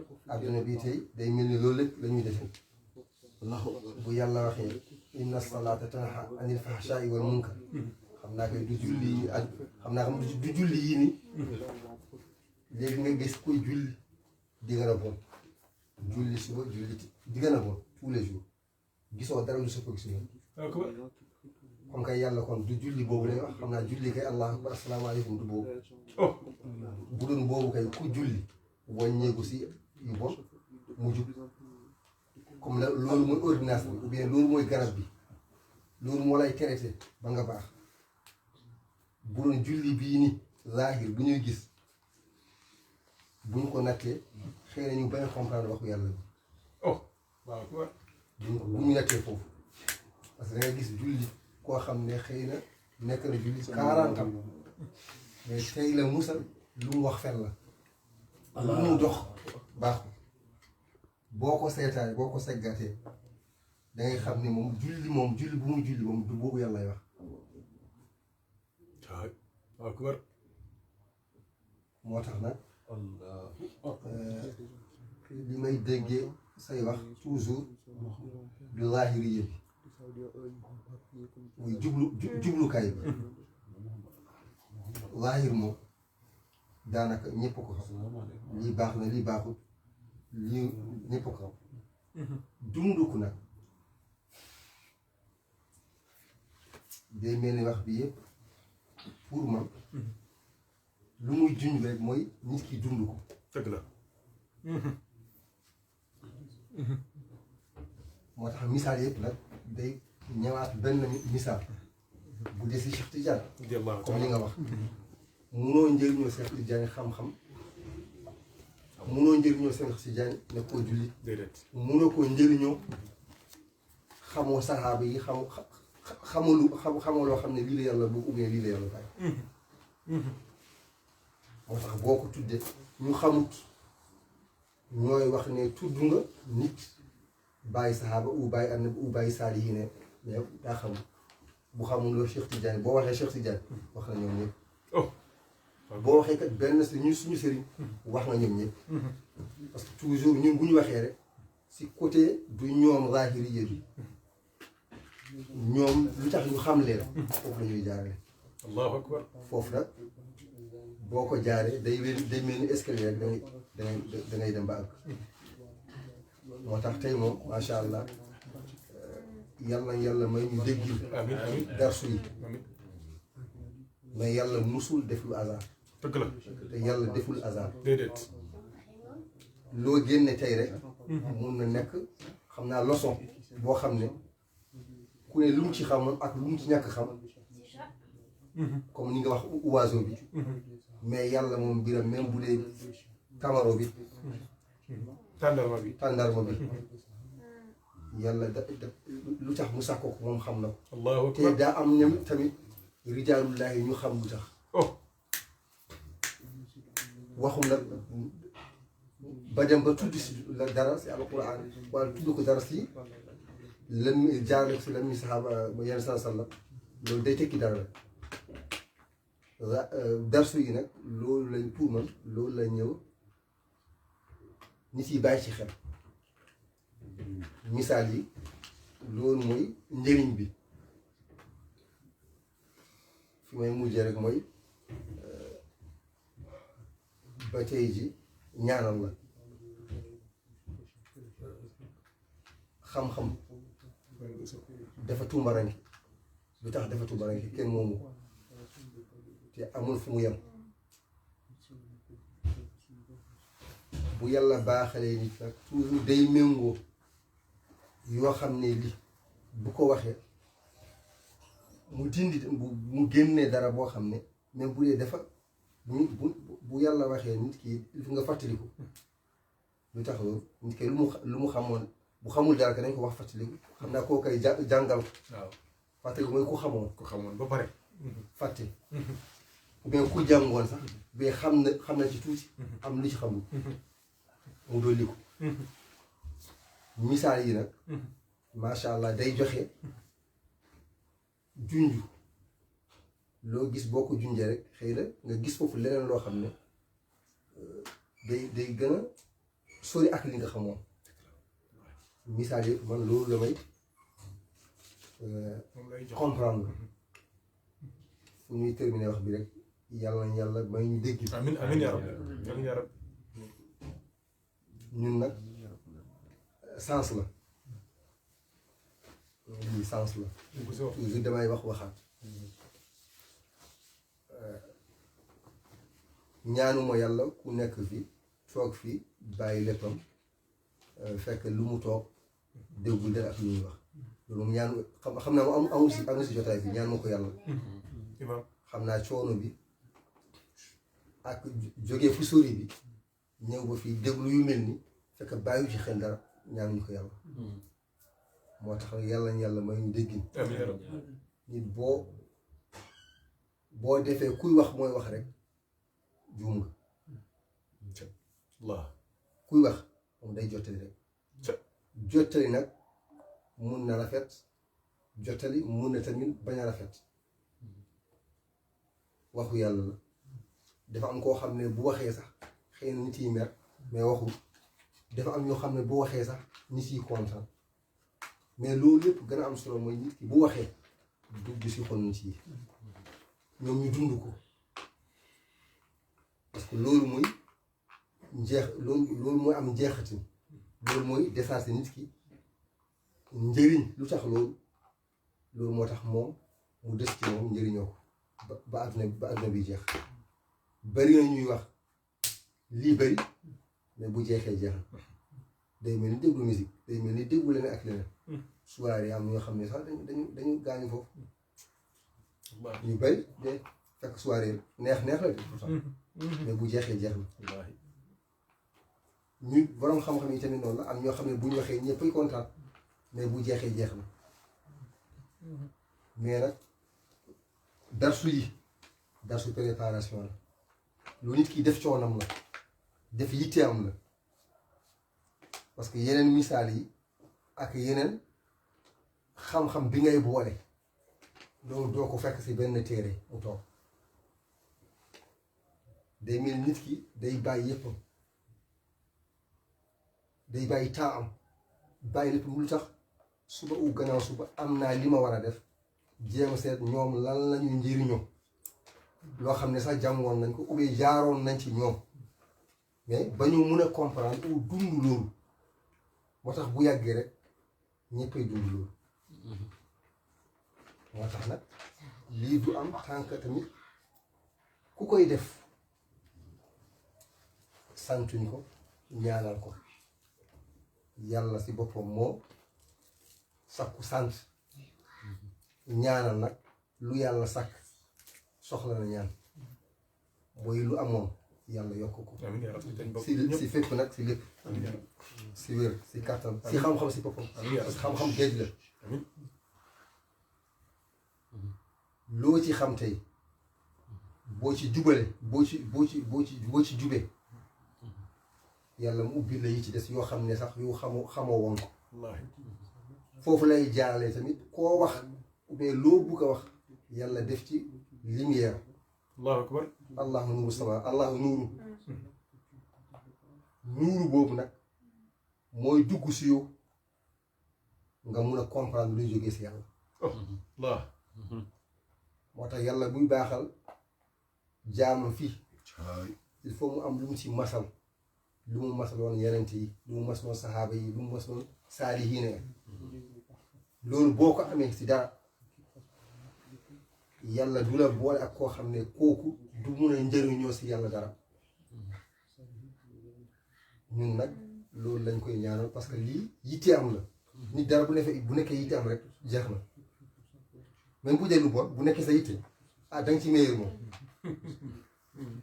xaw ma nag résultat bi mais moom il faut nga nekk ci meilleur mais moom li yitte am la ku koy xam nag mooy koo xam ne jàng na tuuti ay téere parce que da ngay xam toujours ay préparation boo xam ne day jël temps ñëw rek si ga benn darsu ou ñaari darsu boole ko fu wax bu baax mais fu dara nekkoon foo xam ne lii mun na méngu ak lii da koy jéema def ci benn pot pour lan pour gën a njëriñ nit yi parce que Quran noonu la ba tey ji am ñoo xam ne ñu ngi ci dolli pour lan am ñoo xam ne loolu dina leen gën a yombal ñu xam ci dara Quran fu mu jógee ba tey ji bu fekkoon bàyyoon nañ ko nu mu meloon duñu wax rek duñu comprendre mais xam naa moom du yombee ni yaa sallam bu fekkoon ñu ko wax ba tey ji ñu def siira ba tey ji bu fekkoon waxuñ ko duñu ko wax duñu xam ne yaa sallam mais duñ ko xamee ni ba tey ji nag yàlla defuñ loo xam ne day arrêté ñoom tamit defuñu loo xam ne day arrêté ñoom ñëpp ku def téere pare fu muy jeexal mooy bu fekkee ñuy ñëw gis na leen lu ñuy njëriñ ñoom tamit lu ñuy dolli bàyyi nañ espace boo xam ne vide ñoom tamit bu ñëwee continuer lu gën a nekk nattu nit nag wax man li ma gisoon du ma gisaat lu mel noonu man doyal la kooku mooy ku ubbi kooku mooy ku tëj caabi xam-xam kooku mooy ku tëj caabi boppam du musa njëriñoo dara ñoom ñi def téere yi ku ne bu paree ci téere bi rek boo gisee lu mu wax day mel ni moom deful dara lu tax mun na day bàyyi vide boo xam ne ñuy ñëw bu ñëwee ñoom tamit bu amee luñ ci modifié bu amee luñ ci dolli bu amee luñ ci defaraat pour ñuy defaraat loolu la ñu wax parce que lu tax ñoom xam nañu xam-xam xam nañu fu ñu tibb dañu fekkoon ñoom def dara moo tax ñu mun a continuer te da ngay seet yow tey est-ce que ñoom bu ñu continuer woon yow da ngay est-ce que yow da ngay comprendre wax mu njëkk ba doo ko comprendre dañu comprendre loolu ba pare mun a continuer ba tey jii nag bu ñu waxee lu mag yi defoon duñ ko déglu leen am na tey si jotaay yi ñun daal lu di waxut ou bien loolu doyal nañu sax di si boppam du wax loolu parce que moom li mu tubb wax si xam-xam dëgg la am na fu mu ko tibbee te dafa bàyyi vide boo xam ne moom loolu sax lu mu def loolu lay njëriñ lu mu def waa yàlla kay moo gën a tëdd wax Allahu akbar waa moo gën a tëdd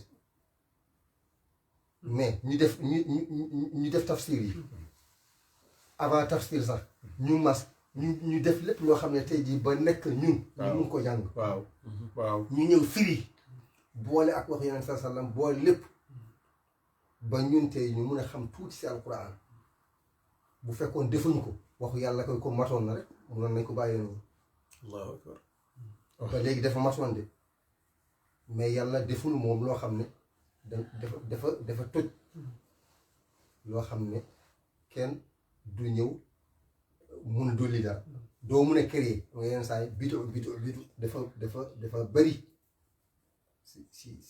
si dégg yi al bitu dalaal koo wax ak sax koo xam ne du julli sax wax la bitu dalaal parce que dafa bëri mais léegi lan mooy bitu ñoom lu ñuy tuddee bitu bu fekkee loolu bitu kay julli sax dañuy julli bitu julli si boppam day nekk bitu est-ce que lu yàlla waxee ñu jullee noonu la ñuy jullee bu fekkoon yeneen sallallahu alayhi wa sallam amu woon wax saxaaba yi nii la est-ce que ñoom mun nañu julli ba tey jii nag ñuy def charia yi def lépp ba léegi ba tey jii ba ñoom ñun tracé woon est-ce que mun nañu julli boobu duñ ko kon bu ñu defee ñoom nu ñu doon defee ba léegi bid'u la kon non lu baax nag lu jurul loolu baaxul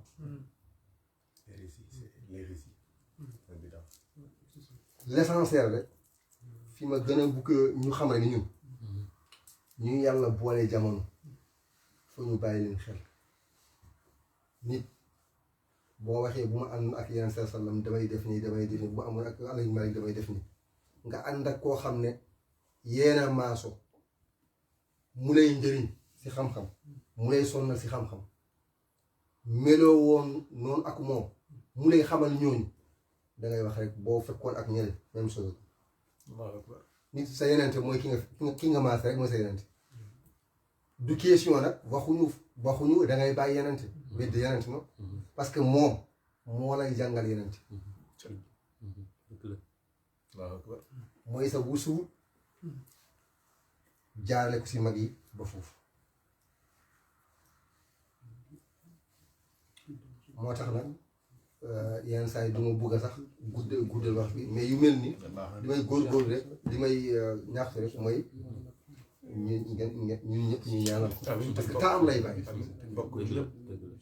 temps am lay bàyyi parce que lu muy wax fi wax naa la ci boo ko si benn ni comme ça rek ñëw pour préparer no ku bàyyi temps am ku def yitte am la ku xam ne amul leneen loo xam ne moom lii mooy léppam tey nag am ñu xam ne ay jàngalekat lañu mais bu ñu amul cours duñu tiim si téere de il faut mu am cours rek bu cours am ay ustaas yu bëri ay conférence ni conférence amut waaw conférence bi tamit day am mais def ngir yàlla jóge këram fii si dëkk yi jaabante si kii yi aljuma ba aljuma fekk nit yi duñu wax amut yàlla moom dara si àdduna bi duñu wax amut mais day néew day tuuti ñu gën a bàyyi xel surtout lu tax ñun ñëpp ñu bàyyi suñu dara gën a bàyyi ci xel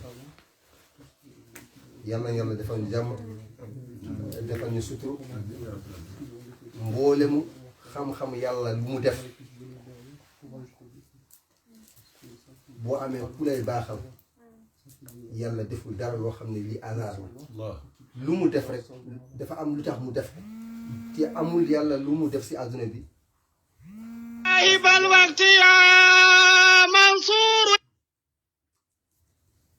dafa sàkku nit gërëm ko dafa sàkku nit bugg ko dafa sàkku nit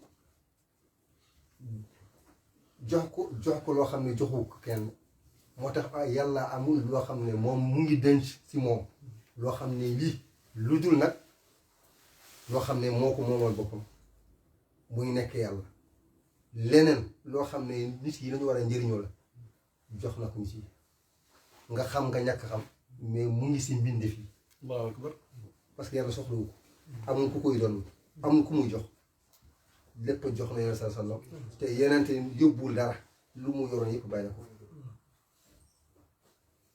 fu ñu koy amee nag si téere yi la xëy na du foofu fu ñu koy amee fii la uufaa la même xam naa moom si bàyyi xel si xam-xam moom foofu lañ koy amee moo tax nag jotaay yu xam-xam la il faut ñun ñu gën a góorgóorlu ak ñoo xam ne ñooñu sonnal si xam-xam loolu rek moo ñu dese loolu kese loolu bu ñu ko amee am nañu lépp ñu nekkoon si yeneen ci nekkoon si Alaaji Maalik ñu si njëriñoo yépp loolu kese bu fekkoon ay junni nit la xamal ba tey ji ay 10 personnes la ñuy wax ou bien ay 20 personnes ñoo xam ne ñoom ñoo gën a am loo xam ne lii la ñu doon seet ci kooku lu tax du ko xam ne maa ngi woon everyday maa ngi woon ñëw foofu du foofu loolu kese maa ngi woon ñëw everyday boo xam naa keroog du foofu du loolu kese du loolu kese de yi ci des loolu yow tamit mu nekkee yitteem nekk sa yitte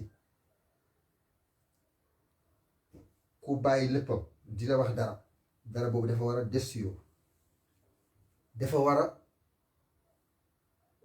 nekk continuité si yow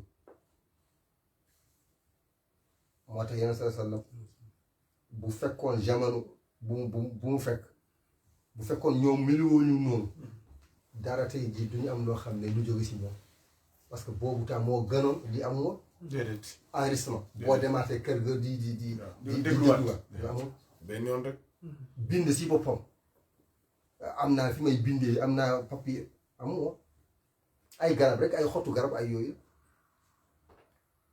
mais ñoom seen yitte bi lu bari bu waxee sax fii lay des maa la ko wax suba kay fii ba ay ati at ku bugg a njëriñoo bu ñëwee rek dañ lay wax dama ne kër Thierno Oumar moo ko fekkee woon boo ñëwaatee nu mu meloon noonu la lay joxe lu taxoon loolu dafa nekkoon seen yittee ñoom yeneen sa sam buy wax ñoom waxu defuñu rek kii waxukat la day wax rek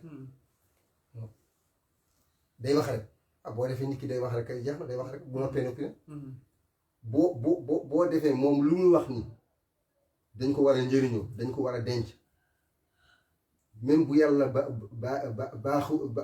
baaxewu la lépp des yow daa am moom lu des yow du réer moom lépp moom du réer moo taxoon Quraan bi réerut te bindu ngeen ko de Quraan bu mu wàcc kenn du wax ne lu wàcc ñu bindu ko de ñoo ko bindaat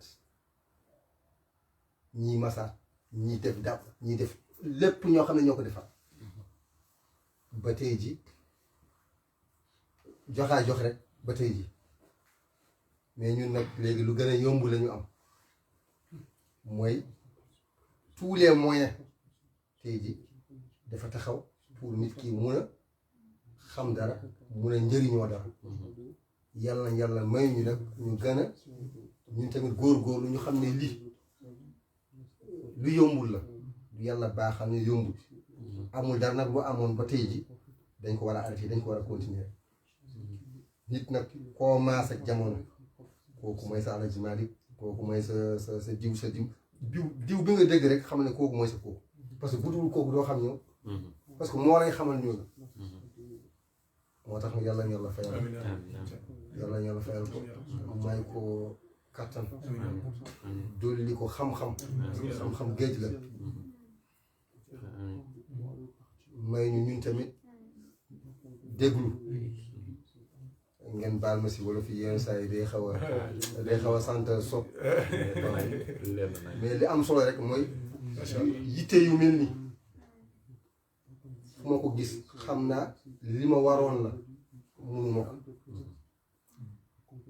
nit ku ne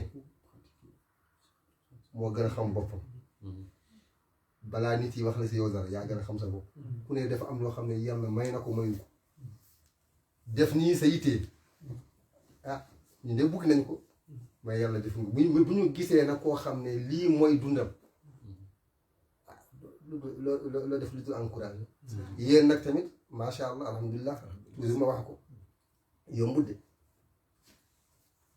lii tamit yombul ñu toll suñu jamono bii nii âge yi ñoom tey amul lu ñu bugg lu dul lii ñoom Thierno Abdou xam naa moom nga kiyal leen aljuma bii nii yàkkal leen aljuma bi yàkkal leen aljuma bi moo yem loolu tamit yomb am ñoo xam ne lii nekkul seen yitte de loolu dara bu ñu kii fi wasifa moom seen yoon nekku ci am nañ yeneen yitte yu bari lu dul lii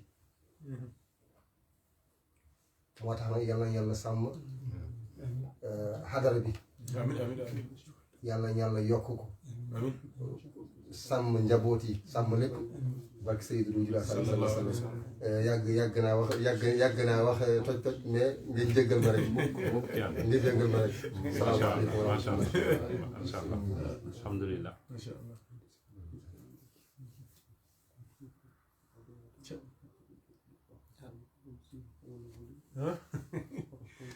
yaa ngi dégg ma ne ko naa ni day du su ne kon pulaar la ko wax. naa ni dina gën a yéeme du dëgg. waaw ndax day wax pulaar di ko firi ci wolof. wala mu metti waaye nag yaakaar naa ñun ñëpp yokk nañu te loolu moo ci am solo jariñu nañ ci bu baax comme ni nga ko waxee rek Thierno yàlla séddale ni doo gisee du ma waxee ba pare ne nañ sànni kàddu mooy ñun liñ ciy jariñoo yàlla rek ko xam dañuy wax suñuy wax rek waaye tey ji du kenn intervenir wala kenn laaj dara sax man yokk gi may yokk man rek maa ko yëg man maa koy xam yàlla seede na lool fi ne nii yi ngeen wax nii ubbiwaat na fukki buntu ak juróom-benn yoo xamante ni ñun xam na ne sax mënuñ koo jeexal te loolu li koy waral mooy njariñ li te yéen tamit kenn gënu leen ndax borom yi xam-xam ngeen borom yi cër ngeen te damay dégg benn nit yàlla muy wax loolu mu ne borom xam-xam fi muy war a natte boppam ak digganteem ak boromam mooy rek fekk moo ngi am capacité déglu keneen na xam ni yàqoogul waaw waaye soo demee ba mënatoo supporter sax dégg kenn pourquoi parce que yow jeex pour yow matal nga musiba am na mooy li Thierno junj ne buntu xam-xam ëpp naa tëj ëpp naa xalaata tëj ndax ku ko tëj tamit yàlla ubbi ko feneen ak feneen ak feneen ak feneen yow nga perte soo ko tëjloo nit tamit xañ nga ko loo xamante ni mënoon na cee jëriñu ba dee mooy li ci wax kon nag ñoo ngi sant bu baax tey kontaan waaw comme ni ma koy waxee rek duñ joxe kàddu yi pour loolu la ñu mën a corriger mën a critiquer mën a laaj te laaj yi tamit pour ñun moo ñuy gën a yokk rawatina xam nga am na laaj yoo xamante ni kuñ ko jam mën nga tontu sax waaye soo demee daal di nuur waat ci téere yi su beneen yoonee nga gën a rafetal gën a joxe kon nag Thierno albarka jaaram yal na yàlla fay yiw yal na yàlla barkeel wolof bi kii na maa ngi gis ay séeréer di la déglu waaye tabaarakallaahu leer na nañi bari na njëriñ lool sii di Jabil jërëjëf namoon nañ say déplacement latéral moom say déplacement latéral am na solo moom ñu ailier bu mën a kii nga waaw wax dëgg yàlla da ngay centré bu baax te léeg-léeg sax nga dugal ca mag ña la waaw mango yàlla barkeel namoon na lool macha allah waaye yëf yi tamit noonu la kenn ku ci nekk foo nekk rek yaa fa wut sa morom loolu rek noonu la demee yal na yàlla nangul ñëpp barakallahu barkeel ñëpp seen i yëngatu ak seen i dal barkeel alxuraanul karim jégalu bu baax a baax comme ni ma koy waxee yëf yi kii la rek dañuy jéem a ubbi rek suñu ubbee tamit rek ñu ni retour yi day ñëw fi ne ni duñu coupé rek di nga gis après ku ko déglu ca Canada wala déglu ko feneen wax la ci loo xamante ni yow da nga naan est-ce que lii maa ko waxoon nga xam ni ay xam-xam la ay yokkute la loolu kese la yàlla ñu yàlla boole dimbali ñun ñëpp jaay Seydina Muhammad sallallahu alayhi wa sallam. nag suñuy bàkkaar rek mooy feeñ suñuy kàddu yàlla jéggal ñu baal yaa sant nañ bu baax baax